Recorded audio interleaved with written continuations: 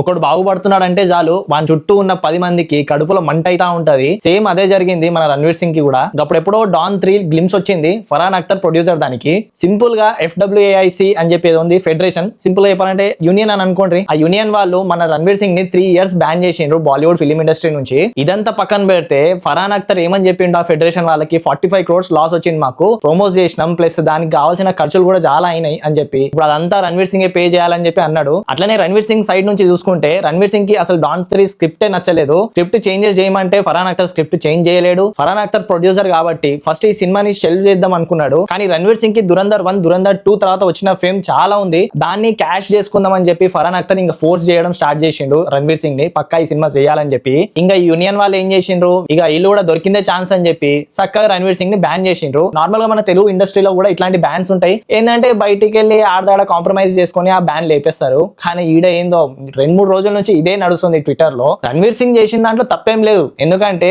దురంధర్ కి 1 ముందు సైన్ చేసిండు. అప్పటికి ఆ స్క్రిప్ట్ కంప్లీట్ కాలేదు, పోనీ షెల్వ్ కాలేదు, ఏం కాలేదు. అప్పటికి రణ్వీర్ సింగ్ కి ఫేమ్ లేకుండే. ఎప్పుడైతే దురంధర్ 2 పార్ట్స్ రిలీజ్ అయిందో ఆ ఫేమ్ ని పట్టుకొని గట్టిగా క్యాష్ చేసుకోవాలనుకున్నాడు ప్రొడ్యూసర్ ఫరాన్ అఖ్తర్. ఫరాన్ అఖ్తర్ ఎవరో కాదు, బాగ్ మిల్కా బాగ్ హీరో ఉన్నాడు కదా, ఆయన్ని ప్రొడ్యూసర్ కమ్ యాక్టర్ కూడా. సో ఇప్పుడు వచ్చిన న్యూస్ ఏంటంటే అసలు బ్యాన్ చేసే అంత పవర్ మా దగ్గర లేదు అని చెప్పి యూనియన్ వాళ్ళు చెప్తున్నారు. అంత పవర్ లేనప్పుడు ఇంత పెద్ద పెద్ద మాటలు మాట్లాడడం ఎందుకు ఫెడరేషన్ వాళ్ళు అని చెప్పి నాకు అనిపించింది. మీకేమనిపించిందో కింద కామెంట్ లో పెట్టుండ్రి. న్యూస్ ఏంటంటే ఇదంతా సార్ట్ అవుట్ అయిపోయింది అండ్ నెక్స్ట్ సినిమాకి రెడీ అవుతున్నాడు రణ్వీర్ సింగ్ అని చెప్తున్నాడు. అది ఎంతవరకు నిజమో మనకు తెలియదు. సో మీకేమైనా తెలుసుంటే మాత్రం కింద కామెంట్ లో పెట్టుండ్రి. 2 సినిమాలు గట్టిగా హిట్ అయినా కానీ అసలు సీనియర్ యాక్టర్స్ ఎవరు కూడా రెస్పాండ్ కాలేరు బికాస్ ఆఫ్ జెలసీ. సో చూద్దాం ఎక్కడ దాకా పోతుందో.